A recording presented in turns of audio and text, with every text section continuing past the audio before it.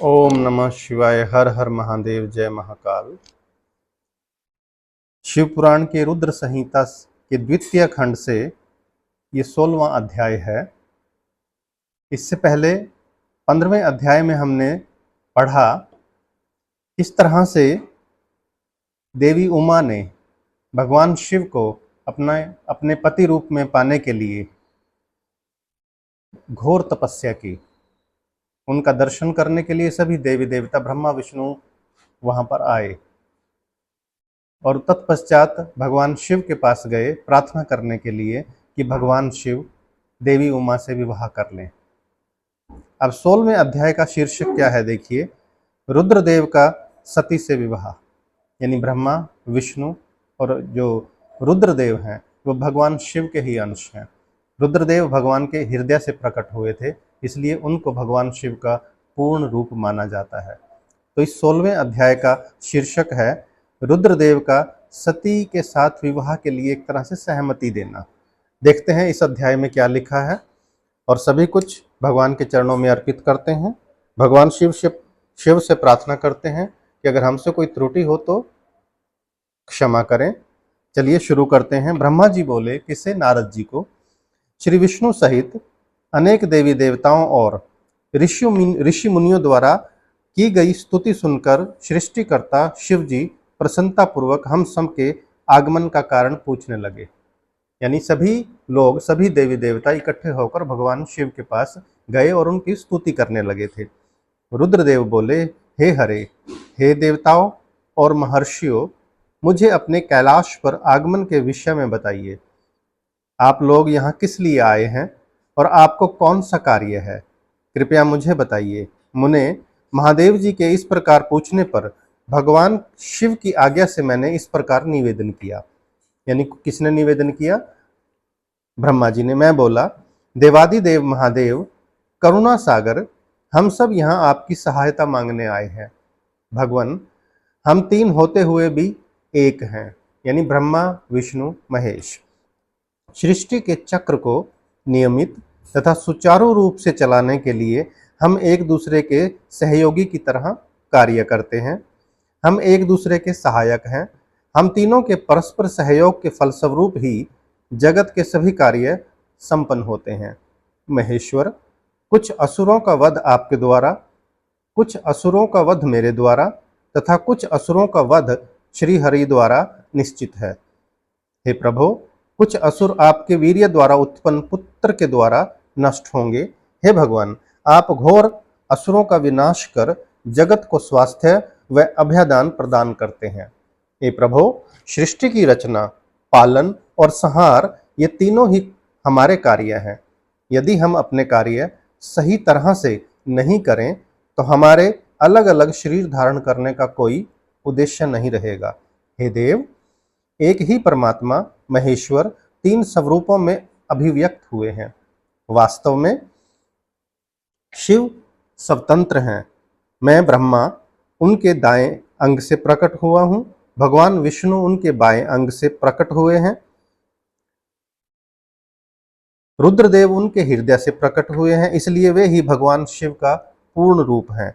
हम अपना कार्य करते हुए विवाह कर सपत्नीक हो गए हैं, अतः आप भी विश्व के हित के लिए परम सुंदरी को पत्नी के रूप में ग्रहण करें।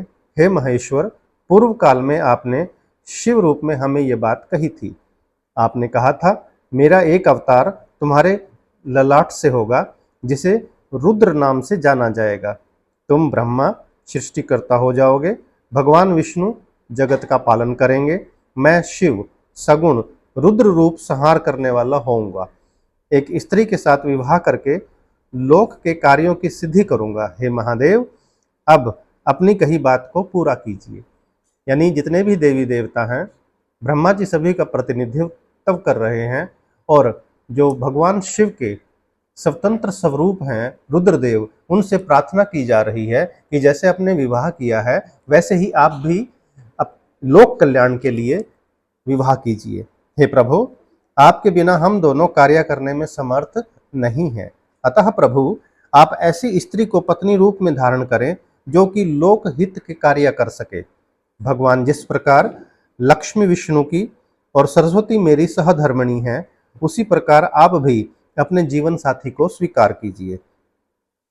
मेरी यह बात सुनकर महादेव जी मुस्कुराने लगे और हमसे इस प्रकार बोले। उन्होंने कहा, हे ब्रह्मा, हे विष्णु, तुम मुझे सदा से अत्यंत प्रिय हो। तुम समस्त देवताओं में श्रेष्ठ तथा त्रिलोक के स्वामी हो, परंतु मेरे लिए विवाह करना उचित नहीं है। मैं सदैव तपस्या में लीन रहता हूँ। इस संसार में मैं सदा विरक्त रहता हूँ। मैं तो एक योगी हूँ जो सदैव निवृत्ति के मार्ग पर चलता है। घर गृहस्थी से भला मेरा क्या काम है। मैं तो सदैव आत्मरूप हूँ जो माया से दूर है, जिसका शरीर अवधूत है, जो ज्ञानी, आत्मा को जानने वाला और कामना से शून्य है, यानी मेरे में कोई कामना नहीं है। भोगों से दूर रहता है, जो अविकारी है। भला उसे संसार में स्त्री से क्या प्रयोजन है। मैं तो योग करते समय ही आनंद का अनुभव करता हूँ। जो मनुष्य ज्ञान से रहित हैं, वे ही भोग को अधिक महत्व देते हैं। विवाह एक बहुत बड़ा बंधन है, इसलिए मैं विवाह के बंधनों में नहीं बंधना चाहता। आत्मा का चिंतन करने के कारण मेरी लौकिक स्वार्थ में कोई भी रुचि नहीं है। फिर भी जगत के हित के लिए तुमने जो कहा मैं करूंगा, यानी एक तरह से इनडायरेक्टली अपनी सहमति दे दी है। किसने? रुद्रदेव ने। तुम्हारे कहे अनुसार मैं विवाह अवश्य ही करूंगा, क्योंकि मैं सदा अपने भक्तों के वश में रहता हूँ। परंतु मैं ऐसी स्त्री से विवाह करूंगा जो योगिनी हो तथा इच्छानुसार रूप धारण करने वाली हो।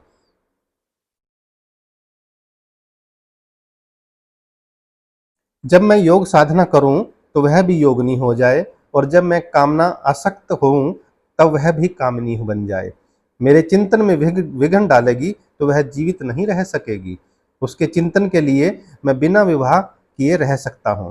अतः मुझे ऐसी पत्नी प्रदान कीजिए जो मेरे अनुसार ही कार्य कर सके। यदि वह स्त्री मेरे कार्यों में विघ्न डालेगी तो मैं उसे त्याग दूंगा। ये किसने कहा है? भगवान शिव ने। विवाह हेतु शिव की स्वीकृति पाकर मैं और विष्णु जी प्रसन्न हो गए।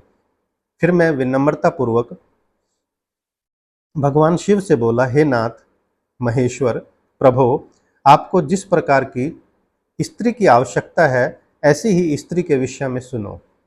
हे प्रभु, भगवान शिव की पत्नी उमा ही विभिन्न अवतार धारण करके पृथ्वी पर प्रकट होती हैं और सृष्टि के विभिन्न कार्यों को पूरा करने में अपना सहयोग प्रदान करती हैं। उन्हीं देवी उमा ने लक्ष्मी रूप धारण कर श्री हरि को वरा। सरस्वती रूप में वो मेरी अर्धांगिनी बनी।